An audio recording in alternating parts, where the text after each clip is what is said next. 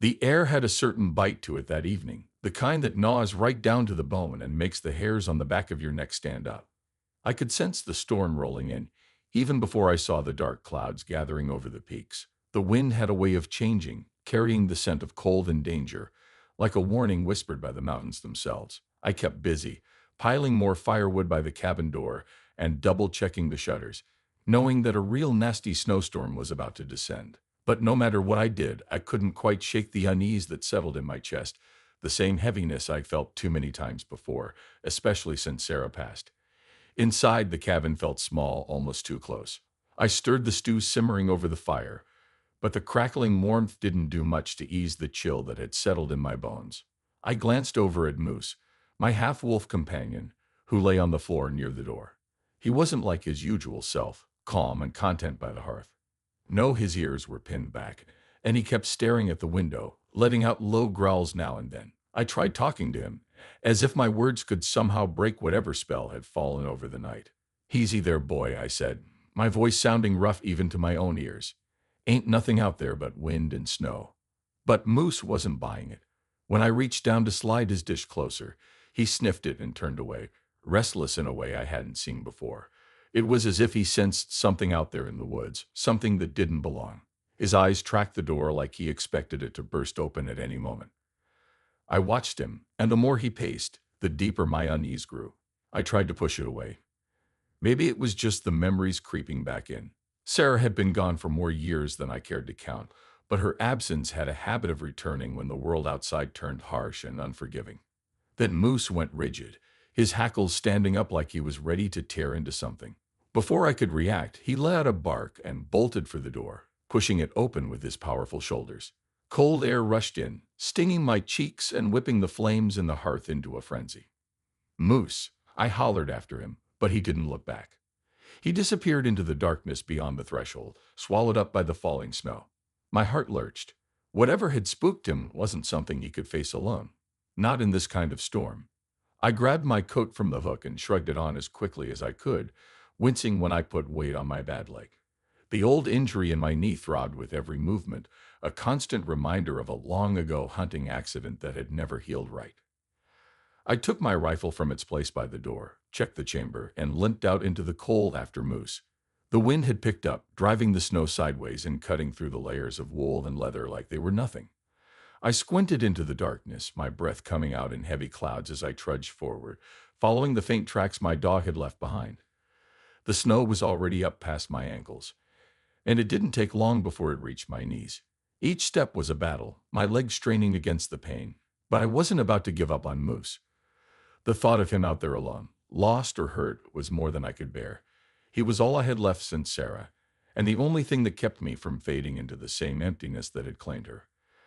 I called out his name again, but my voice was swallowed up by the wind.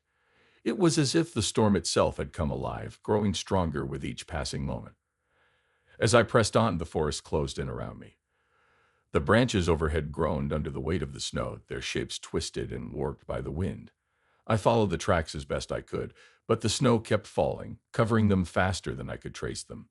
At some point, I found myself standing still, my breaths ragged and my heart pounding in my ears. I strained to listen, to catch any sound over the storm's fury, and then I heard it, faint and far off. It wasn't Moose's bark or a wild animal's call. It was my name.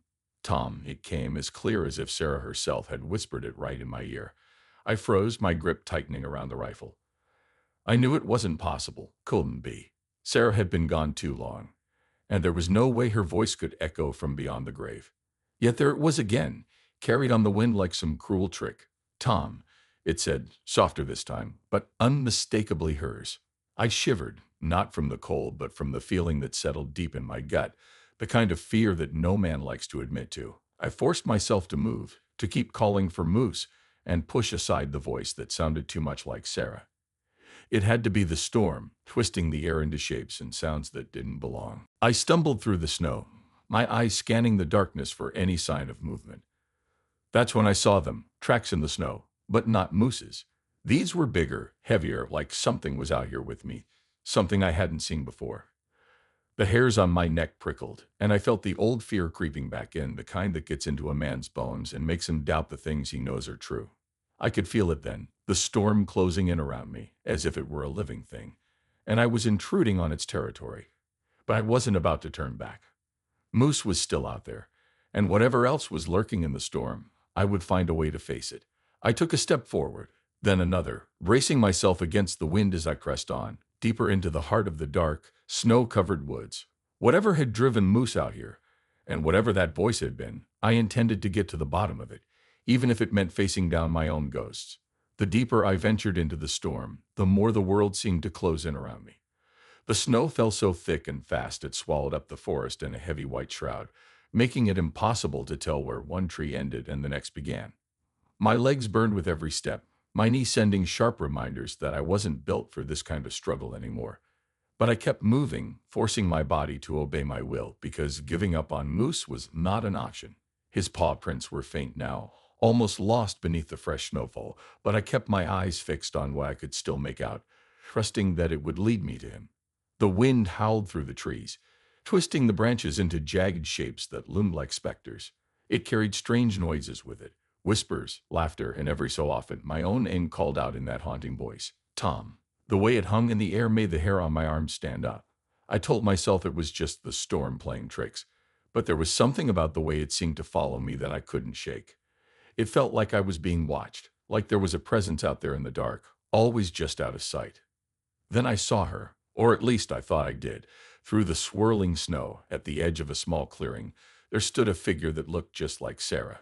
She wore the same coat she had on the last winter we spent together, the one I buried her in, and her hair blew across her face in that familiar way, just as I remembered. My breath caught in my throat.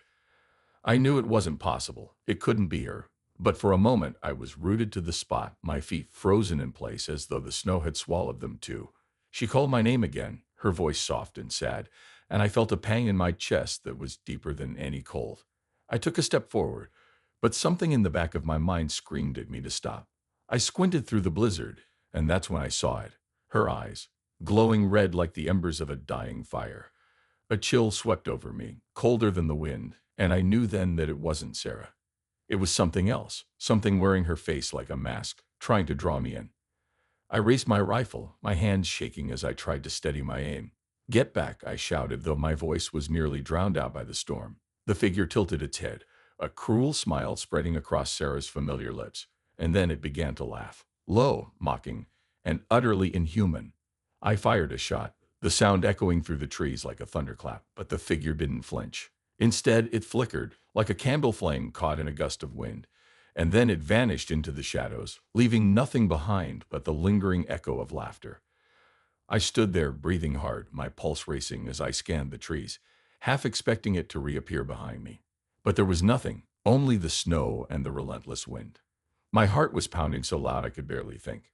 Whatever that thing was, it had Sarah's voice in her face, but it wasn't her. It was playing with me, trying to drag me into its game. I didn't have time to wonder what it was or where it had gone. I had to find Moose before whatever was out there did.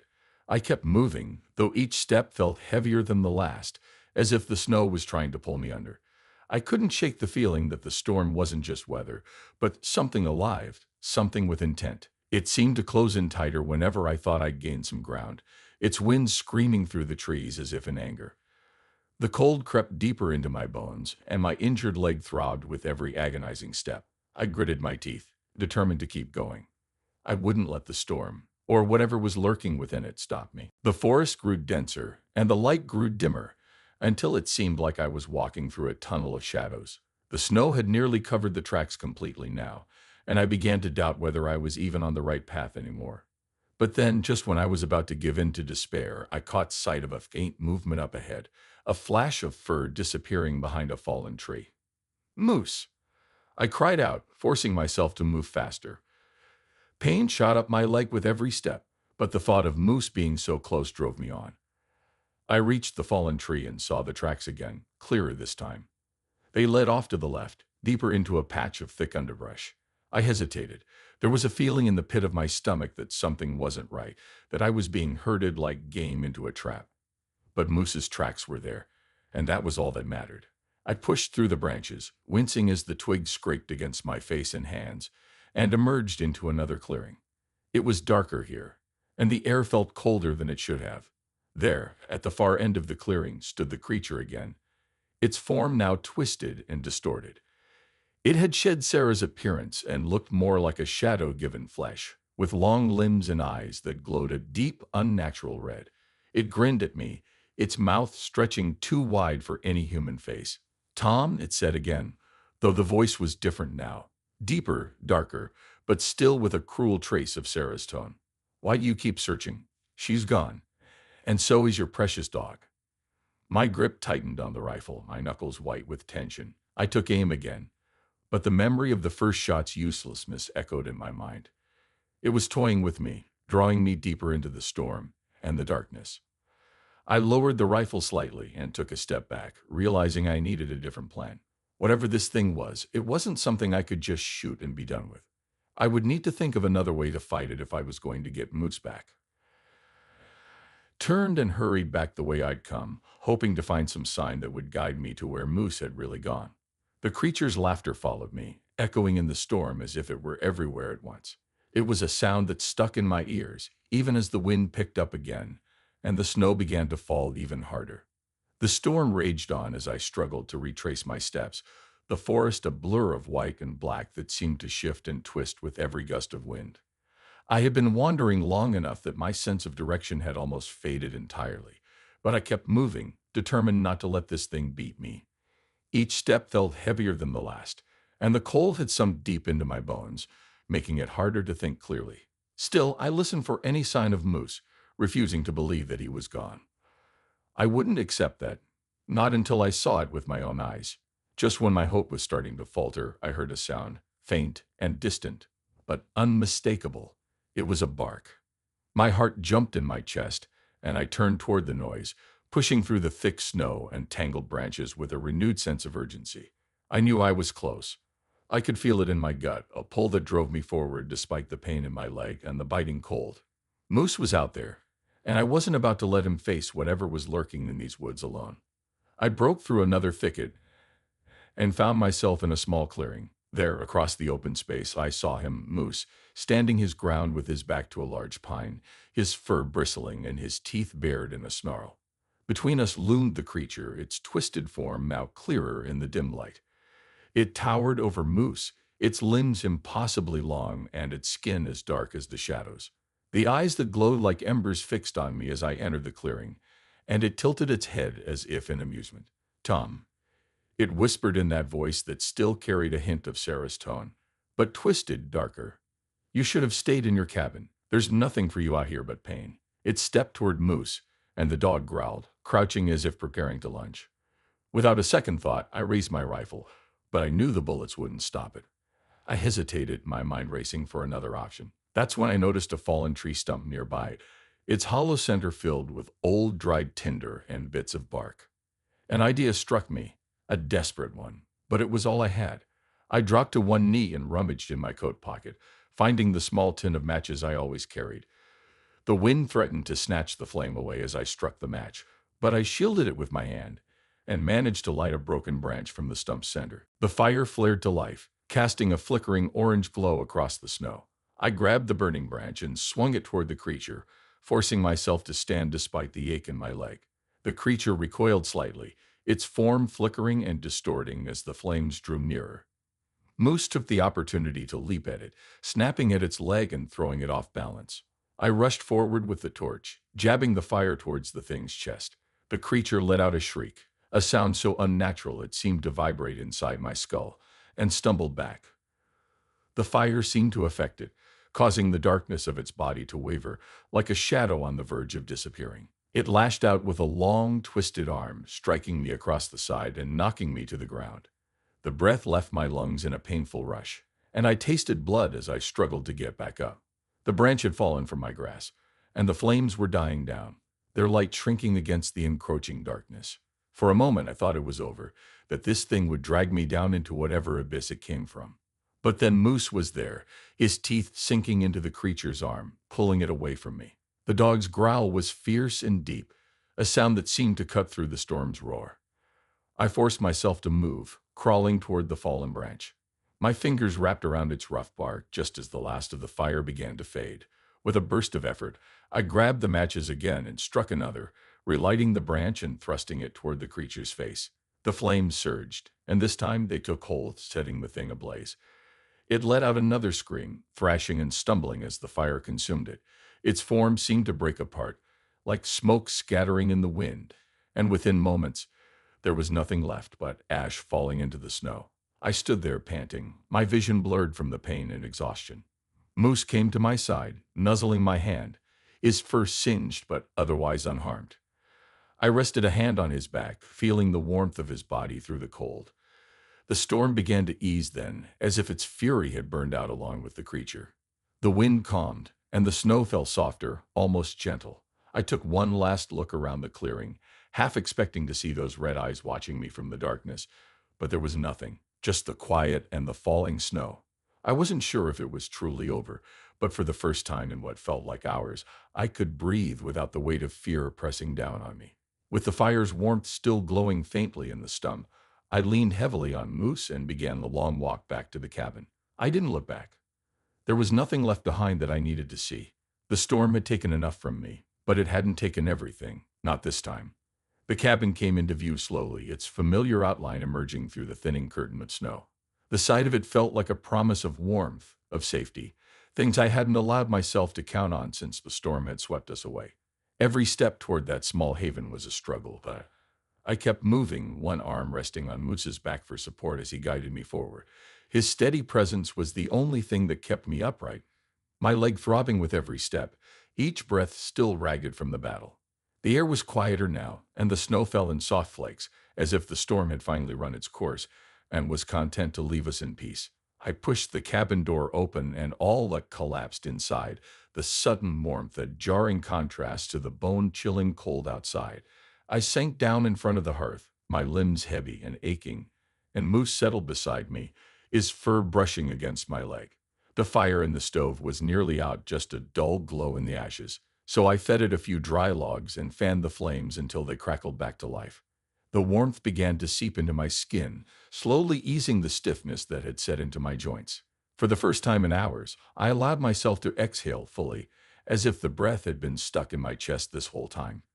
Sitting there, with Moose leaning his head against my knee, I couldn't help but think about what had happened out in the forest. I'd seen things that defied reason, things that I would have dismissed as old folk tales if not for the fact that I'd stared straight into the creature's glowing eyes. It wasn't just the storm or the cold that had tried to kill me out there. It was something else, something ancient and malevolent, and it had worn Sarah's face like a mask. I closed my eyes, trying to banish the memory, but the sound of that twisted voice lingered in my mind, as clear as if it were still whispering in my ear. I stood up slowly, wincing at the pain in my leg, and walked over to the mantel. There I kept a small wooden carving I'd made of Sarah some years ago, a simple figure with just enough detail to suggest her form. I held it in my hand for a long moment, letting the warmth of the fire wash over it. The grief was still there, deep as ever, but it felt different now, as if something had shifted inside me. I didn't know if it was the creature's doing, or if it was just the realization that I had faced down something that tried to use my own sorrow against me and had lived to tell the tale. With the fire burning steadily and the room warming up, I turned my attention to Moose. His fur was still damp, and I could see the scorch marks from where he'd gotten too close to the flames. "You're a tough one, aren't you?" I said, kneeling beside him to check for injuries. He gave me a tired look and let out a huff, as if to say that he'd had enough of my fussing. I found a few scratches and patches where the fur was singed, but nothing serious. He'd pulled through, just like he always did. The silence of the cabin was almost unnerving after the storm's chaos. Outside, the snow continued to fall, but now it was gentle, drifting down like a blanket covering the land. The air felt cleaner, fresher, as though the world had been washed and renewed by the night's ordeal. I watched the flakes dance in the window's fading light and thought about how close I'd come to never seeing this view again. It was a sobering thought, and I knew I couldn't keep brushing off what had happened as a trick of the mind or a hallucination brought on by the cold. I added more logs to the fire and sat back down beside Moose, my thoughts drifting to Sarah. The way that creature had mimicked her, how it had used my memories to try to break me. It was more than just a cheap trick. It was like it knew somehow what hurt me the most. The thought sent a shiver down my spine, colder than any winter night. It made me wonder if the mountain itself wasn't just a place, but a kind of living thing, with secrets older than I could ever know. I couldn't say for sure, but I felt as if I'd glimpsed something ancient and hungry out there in the dark, something that thrived on sorrow and loneliness. I wasn't sure how long I sat there, just listening to the crackle of the fire and the soft breathing of Moose beside me. Hours, maybe. Time seemed to stretch out in the quiet. The ache in my leg dulled to a faint throb, and the exhaustion that had weighed me down slowly began to lift. I wasn't about to start believing that the worst was behind us, but for now, there was a kind of peace to be found in the warmth of the cabin and the presence of my dog, who had been through just as much as I had and come out the other side. The night wore on, and as the fire burned down to embers, I found myself thinking less about the creature's voice and more about Sarah's real one, the one that used to laugh at my bad jokes and scold me for tracking mud into the house. I would carry her memory with me always, but I wouldn't let it haunt me like a ghost anymore. The grief would be there, yes, but it wouldn't be a weight that dragged me down. I had faced it out in the storm, and I had walked away. As the first light of dawn broke through the clouds, I could see the world outside taking shape once more, the mountains emerging from the haze like giants waking from a deep sleep. I reached down and patted Moose's side, feeling the steady rise and fall of his breathing. We were still here, still standing, and for now, that was enough. I knew the winter wasn't over, and there would be more storms ahead, but I would face them, one day at a time, knowing that no matter how dark the night, the light would always come back in the morning.